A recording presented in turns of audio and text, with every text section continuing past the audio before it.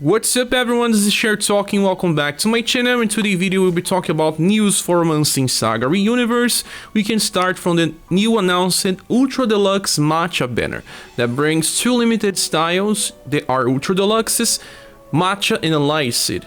They were buffed alongside even the Platinum units, but Stromikinen and Arturo are not so important right now. You can wait if you want. They will be added to the Platinum banner later. Having only two limited styles in a banner reduces the value, but I must say that they are good. But it's safe to wait for the next announcement. We are getting close to anniversary and may get a double banner from JP or even Global X, we don't know. There is an announcement coming up on day 1 of June and I suggest you to wait. It's better. Okay, but right now let's talk about the other stuff. We also have a new event called SSG All-Star Appreciation Box. It's interesting because I heard in JP there is a tower alongside Matcha and I don't see the announcement. This new event has 10 more points of HP as a status cap because, like I said, it's always 10 more than what they show. Another good thing is that we are getting a Global X weapon, this one with wind and water included. So this one will work very well for Elysed, but also to a past welfare we got. This past welfare is Ventarbre because he also uses water and wind as his elements. Okay, so returning here, both characters come with their weapons. It will be nice. There is also some flash stones so that you can upgrade the weapon, at least one of them, to max. Okay, so here we are on Reddit. It was posted by Hands4A3. Thanks so much for doing this job again. And we have the video and also the information about what changed compared to JP. And starting by Matcha, she got an increase to her endurance, agility. So she now has 100% agility. That's super high. She can even use it on evasion squads if you have the other characters if buffing agility. Her intelligence is 114, pretty close to Barthélemy 115. Her will is also insanely high. She will not be attacked by status augment as often or even take much magical damage. For passives, the first one is, well, a little outclassed for global. She has a 25% chance to buff intelligence. This value should be 15% and restore HP by around 150, but it's only 25%. It's nice because it has this intelligence buff, but it's offensive. We don't really need this as much as we could have for defensive, like if this was a wheel buff, it would be much more interesting. And since it's only 25% chance, our Christmas Princess Rose got a buff to her chances 37 instead of 25. It's a little more reliable. We also have Mariah that can self-heal the party when she gets hit with 50% chance. So, well, not as reliable as these other characters, but still okay if you have a use for other attacks of her. Then we have the second one that every time that she gets a turn, she buffs intelligence and will by 15%. This is pretty nice. She already has very high intelligence and very high will, so she gets more damage, receives less damage from magical attacks, and just helps her not get inflicted with status augments. She is used in long fights and that will help her a lot. She has Fired Up 6, it's only damage passive.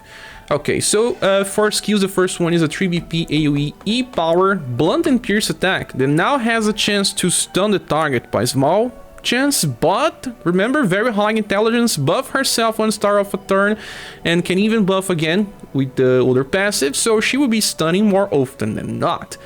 And the second one is C-Power AoE Heat Stun, that was also buffed for global. C-Power with 6 BP exactly, okay, very nice, with double elements. The third one is a 10 BP Fast Attack AoE, again, she's all about AoE, and decreases the target's intelligence by 30%. So Fast Attack, B-Power, double elements, and has a 30% debuff to intelligence. The interesting part is that because it's fast, it will go before the boss, decrease the damage by a lot, and depending on the boss, if it has a, well, let's say the fire weakness, sometimes the value where it activates the fire weakness is 35, so she gets very close to the cap, and she will only be able to use this again after some time. She does have another attack that can debuff intelligence, but only single target by inheritance of a S style in the event. But this is already pretty nice, and can be useful in scenarios where you have plenty of enemies and you want good debuff on start, and then you can just use another character like Acilus or Zosma or Monica to keep the debuff going after, if you want to do something else with her, or just wait till she gets 10 BP again. So the good thing is that she also acts as a farmer. She goes for this fast attack and then keep using this 3 BP spell, or if you want, she can just cycle on turn 3 and use this other spell instead. It's Heat, Sun, Blunt, and Pierce. 4 different types of elements with the character. She feels on for those that are missing out on some AoE damage with elements, and by being fast will always be relevant. Then the next one is Elysed, and she was also buffed. She has 95 agility, 110% intelligence, and 100 will. She has a lower endurance compared to Matcha, but also very good status. The first passive gives a 5% increase to slash and 5% increase to lightning to herself and the whole party. This is nice, but it's kind of hard to match up as well. But we'll match with cards like Madeline and also Khalid, especially Khalid.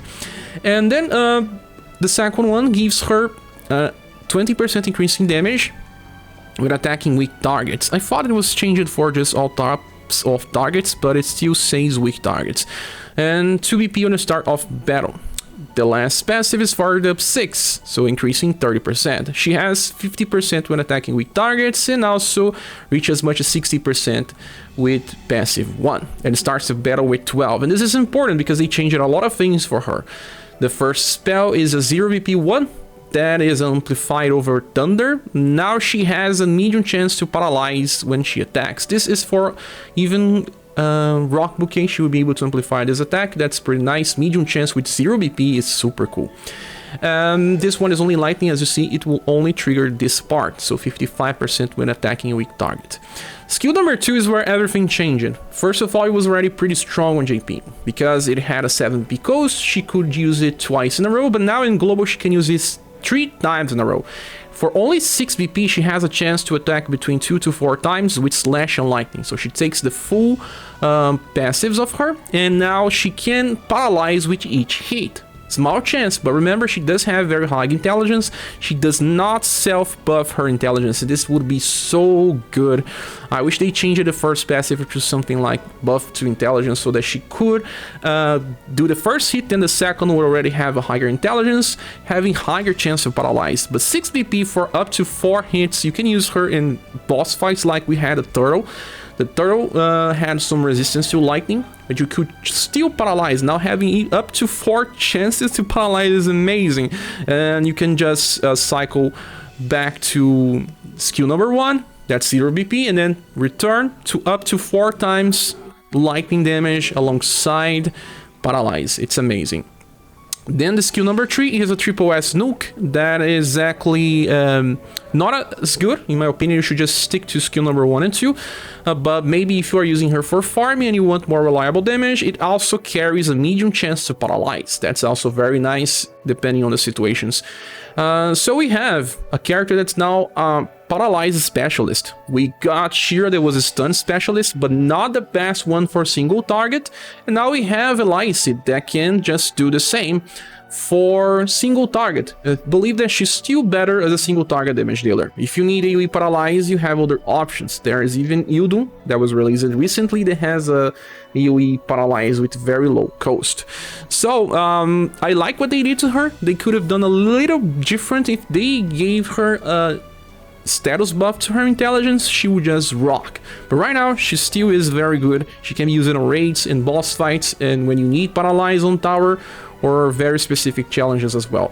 I can still see that people will love more Elysed than Matcha, because if they already have other support units, Elysed seems more interesting.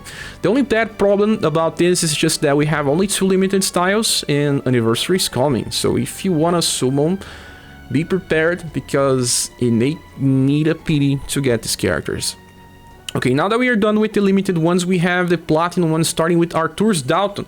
He got a buff to his wheel, and the only thing that he actually changed it to get it closer to his endurance. He is a support unit with some very interesting setup for a platinum. Yes, first passive, he gets stealth every turn, so he will barely be attacked by single target attacks and recover his HP. Something else I need to say, his intelligence is only 94, so for a platinum it's okay, but cannot be compared to premium ones, like his agility is on 80% only, but he does have okay values for defense. Then passive number 2, when the turn begins, he has a chance, 37, to get the whole party an attack and defense enhancement. So it's both offensive to do more damage, but also defensive to receive less damage, but it's only a 37% chance. That means it's not reliable, and not reliable, it's also the name of his third passive. This time he has also 37% chance to grant a defense enhancement. The same thing here, and this time is large. It will be to self in one random survival ally. So very similar to Heal Link when you trigger one to yourself and another one, but the other one can even be yourself again. Yes, that's how in this game works. Okay, with that, we don't have any damage passive. This guy is fully support. But we have skill number 1, that it's an AoE 6 BP C-power blunt attack that can stun the targets. It's pretty old and cannot even hit flowing enemies. The second skill is fast guard up large. That means that it will decrease damage by 30% if I remember correctly for 3 turns, but it's not as good as Dancing Leaves from Bune or even Pure Bearer from Araya. Skill number 3 is triple S damage. This one is Hyper Gravity, something that Thomas has access to and will be amplifiable for him, and was buffed. Now it can debuff 30% agility. It does not say here, but it should be that. The last one is Stromikinen. This guy here is a damage dealer, and actually a very good one. He carries axes. We need more axe damage dealers. His STR is okay with 100% and bonuses for that. Dexterity and endurance are cool as well. His agility is pretty bad and does not need. He's not the one to attack first. And his will is okay with 74%. As for passives, we get an increase of 15% in damage and also decrease damage by, I think it's 20%, but I need to check this when I make the review. He also buffs on STR, endurance, and will when he is attacked by any type of attacks. This buffs every time, and it's 20%. So if you have a stage with many enemies using sheep and weak AoEs, he's gonna buff this many times. And he does get a chance to do very good damage. Then for passive number 3, he gets another 15% increase in damage and then 10% more by using single target attacks. And he only has single target attacks. So he gets as much as 40% increase in damage, a buff to 3 types of status when he gets attacked, and even decreases damage that he receives. So for skills, we have a 6 BP one that is actually S power and decreases the enemy's endurance. He even has 60% intelligence, that's not so bad. So skill number 2 has delay, but it's a triple S damage attack with only 8 BP cost that also recovers his own HP by medium. So you can even leave skill number 1 to 8 and he will just cycle skill number 2 to do damage and recover. But it does have delay, so it's good and bad on the same time. Skill number 3 is 4S, yes, 4S attack, but he can only use this on turn 3 because it's 15 BP cost. That can debuff intelligence when the attack lands, but the debuff value is only 15%. And by the amount of time you need to wait to use this, it may not even matter anymore. But as a damage dealer, this guy works. If you are missing out and in the future for the challenges where you have to use specific weapon types, this guy can be a reliable damage dealer. Remember about him. Okay, so now we'll have to say this banner is interesting because I like what they did to Lysid. Matcha is okay in my opinion, but anniversary is coming, guys. Think well about this. I'll be making a review probably by tomorrow, so it will have better comparisons and explanations about these units. But that's about it. Thanks so much for watching this video. Please subscribe if you haven't.